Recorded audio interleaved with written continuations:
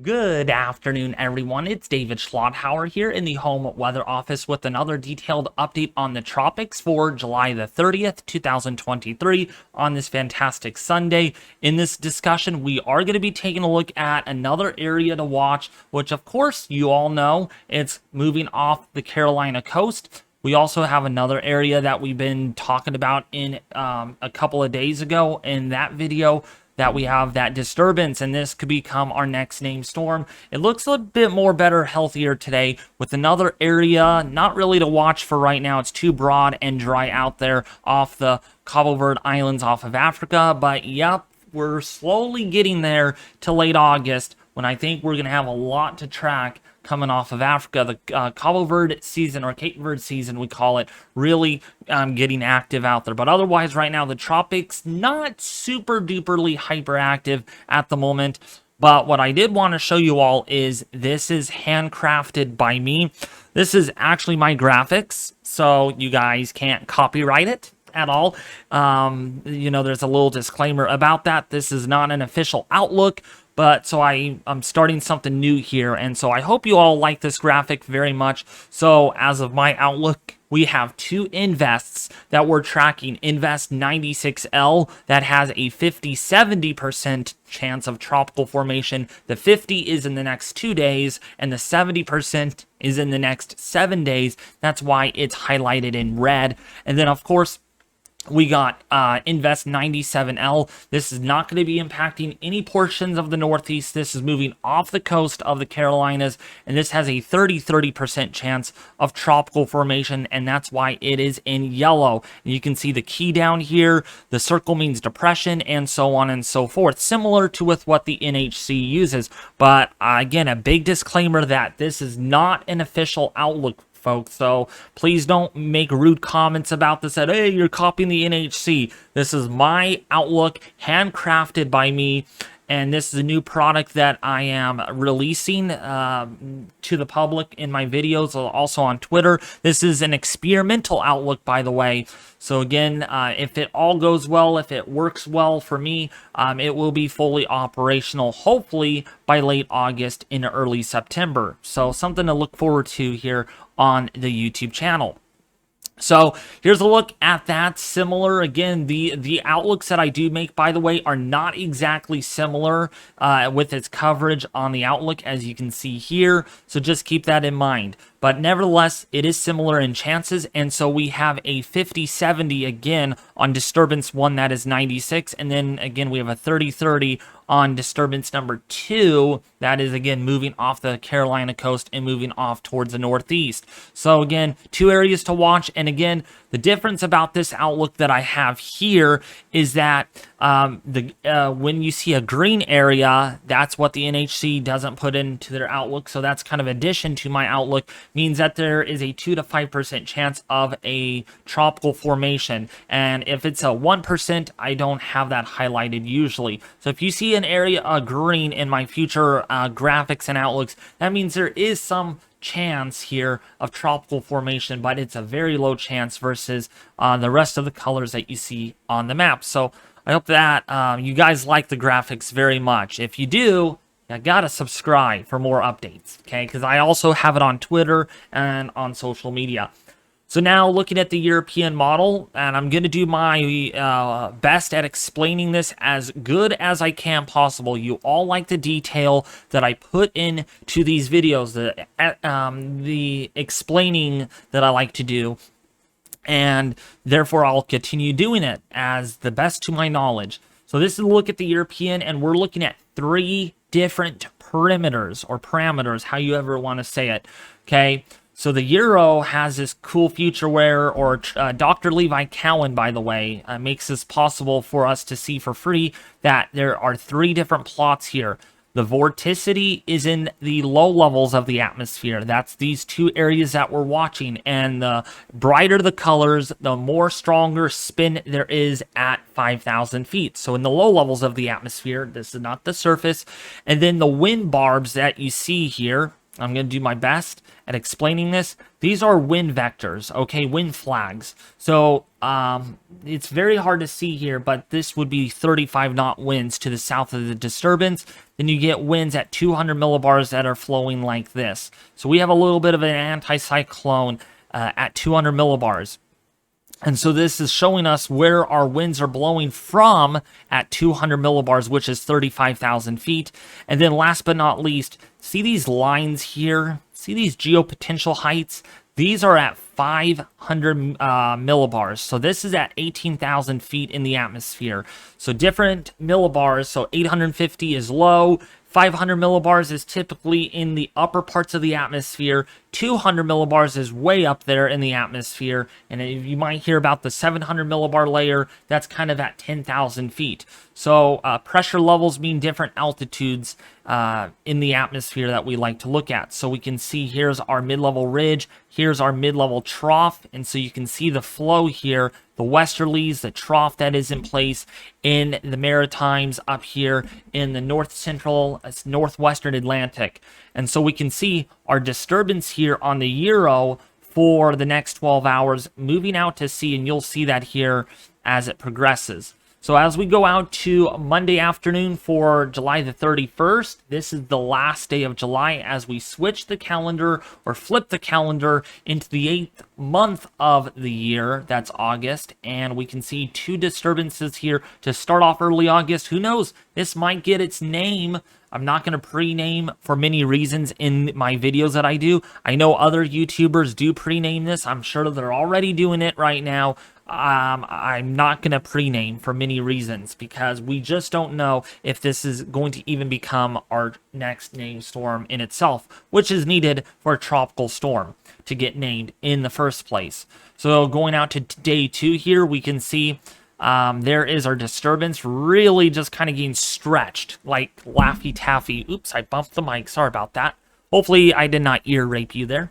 So vorticity being stretched out, and then our next disturbance down here, Invest 96L, that is dubbed from the NHC, and this is going to round the 500 millibar ridge that we see here outlined by the Euro 594 decameter ridge.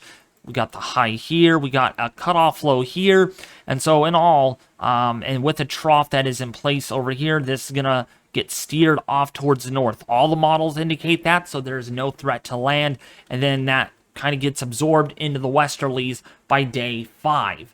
Looking at the GFS model, the US GFS, pretty similar outcome here. We can see there is our trough. This is a really deep trough for August standards here. This goes pretty far south, right off the Florida coast, and so you can see why this disturbance, there is no chance for it to go west. It is going to go north, and it's going to go northeast eventually as it rounds this ridge off towards the west. This western flank of the ridge is going to get eroded by the approaching trough from the west, what we call the maritime trough in my word of books.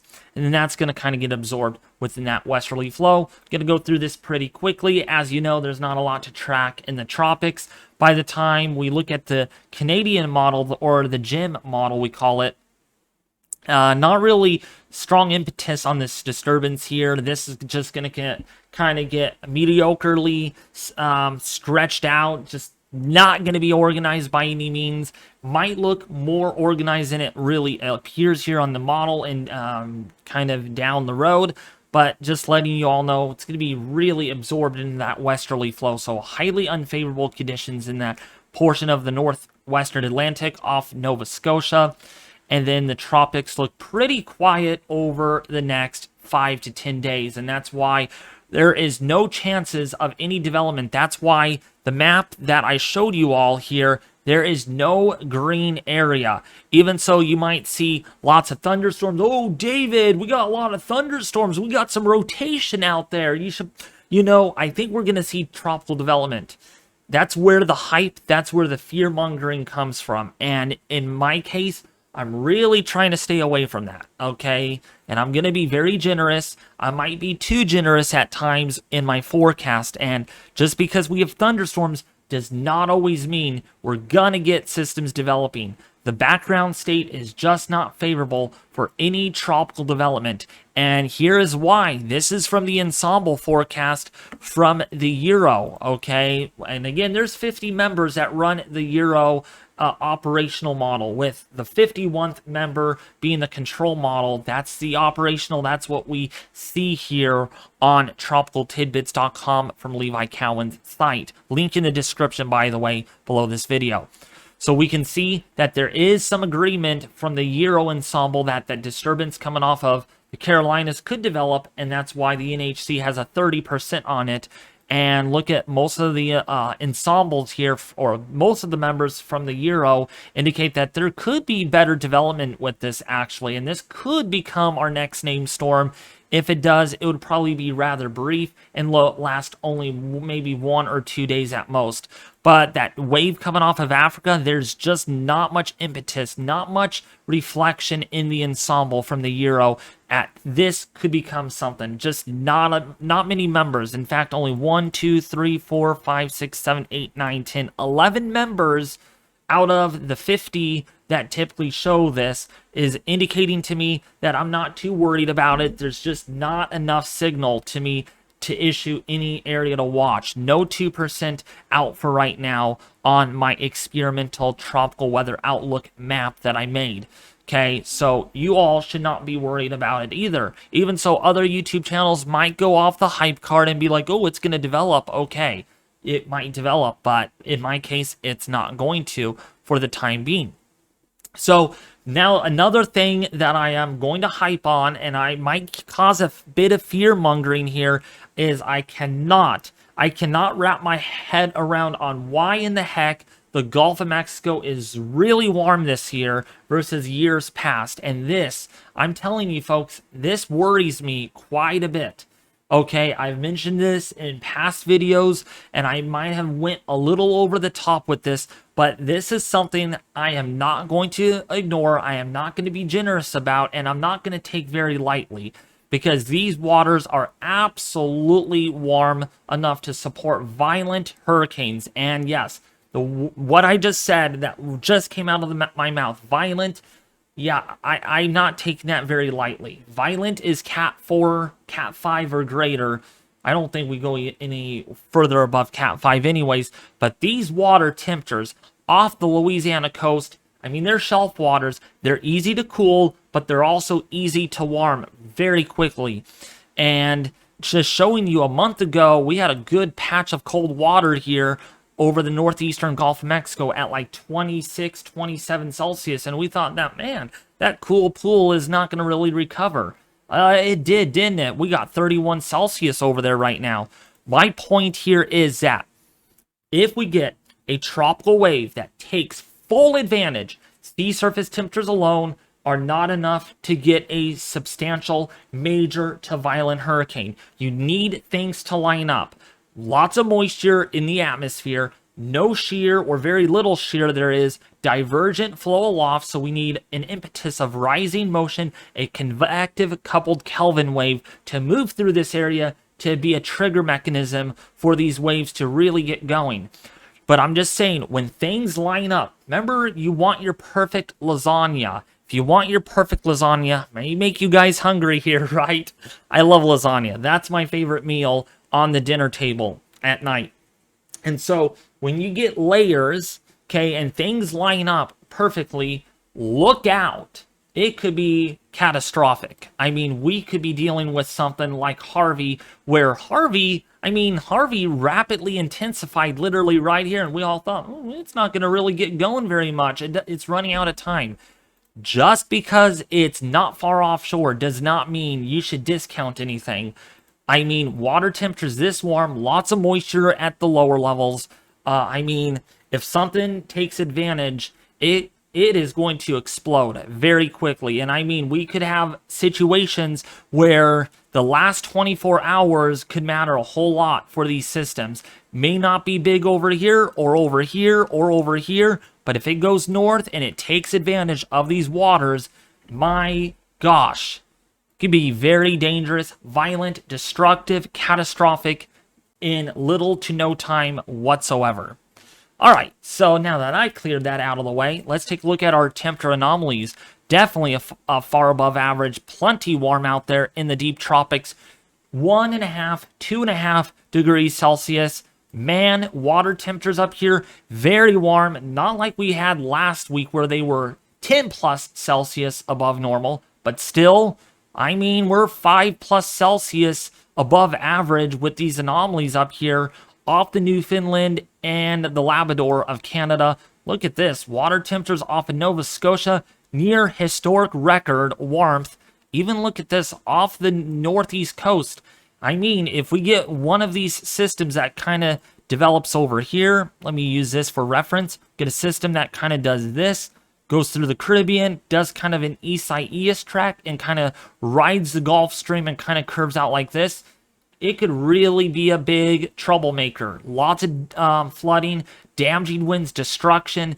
I hope we don't see anything like this, because if we do, it could be destructive and pretty strong. Just because Isaias wasn't a Category 4 does not mean nothing like that would be a Category 4. It just all depends on the background state of the atmosphere. All right, so looking at the actual sea surface temperature departures, yep, it is very warm. Temperatures in the mid-80s, upper 80s in the Gulf, warm enough to support major to violent hurricanes within days before making landfall. So within 24 hours, we can see something like that, warm enough to support that. And then, of course, much of the Atlantic right now, 26 plus in the deep tropics. Even off of Africa, look at the islands here over the Cape Verde Islands, or Cabo Verde Islands, I should say.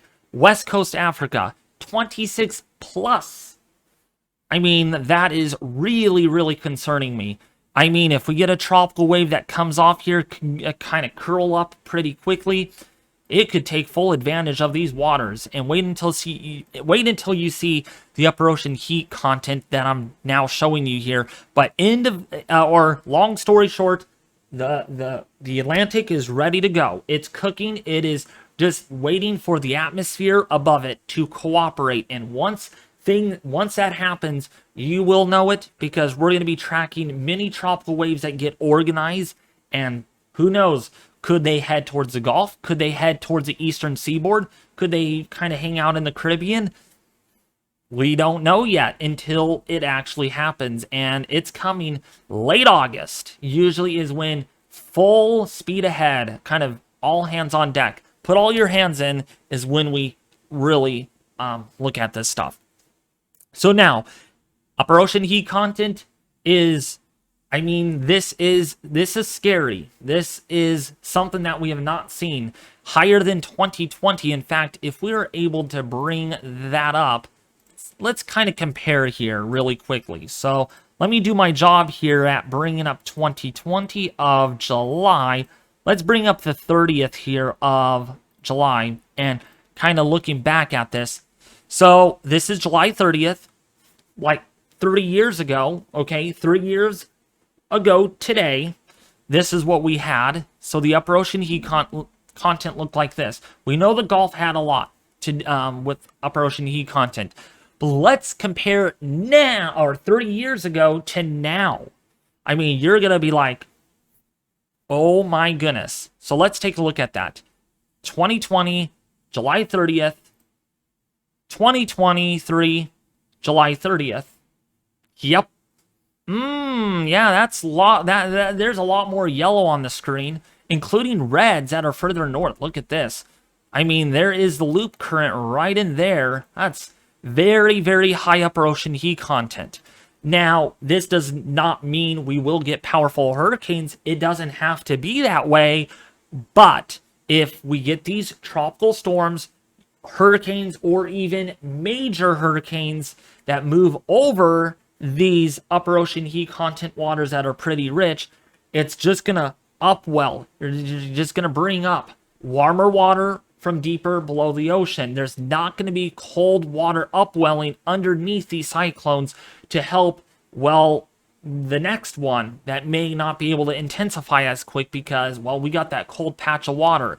So what I'm telling you here is anything in green or virtually the entire Atlantic here has high upper ocean heat content, sustainable for major to even violent hurricanes. But if we get anything that moves over the Caribbean here, over the Bahamas, even into the Gulf, yeah, there's a lot of heat energy beneath the surface that it could take more than just a couple of major hurricanes to really kind of take a dent, to kind of pull a lot of the heat out of the ocean.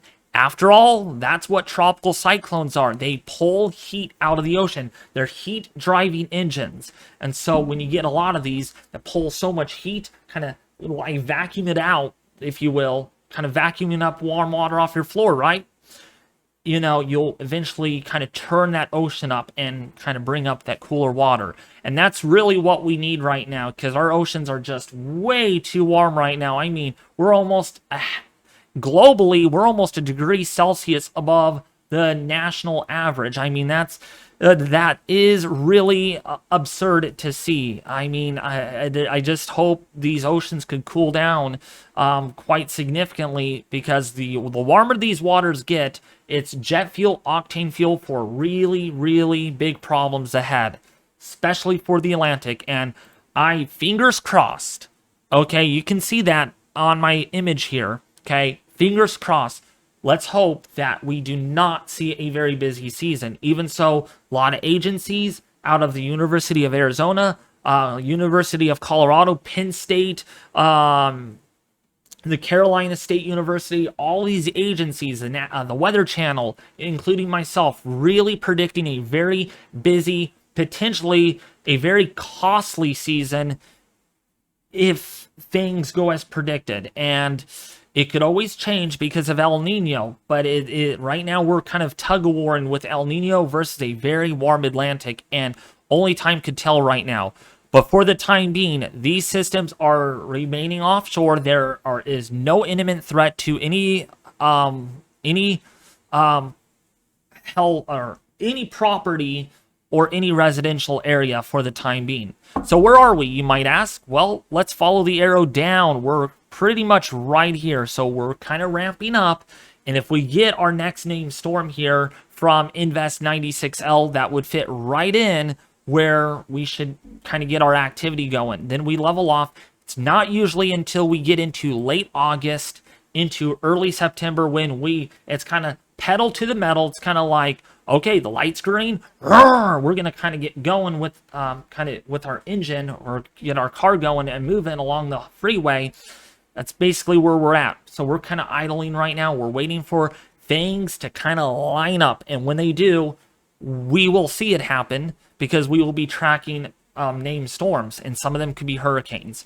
All right, well, that is to kind of sum it up for today's discussion. I hope you enjoyed this. I hope I did a very great job at kind of, not hyping up so much, scaring you all. But I mean, science is coming forward with this.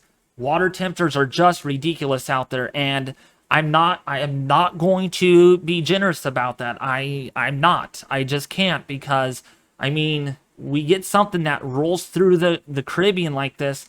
Those waters are in the upper 80s, low 90s. I mean, 80 degrees could support major to violent hurricanes. Imagining what 90 degrees can do, that's only more octane fuel into the atmosphere for these systems to really use up. But otherwise, folks, I hope you liked it. Share, like, and subscribe, and I'll be back with you in the office tomorrow with another update on the tropics.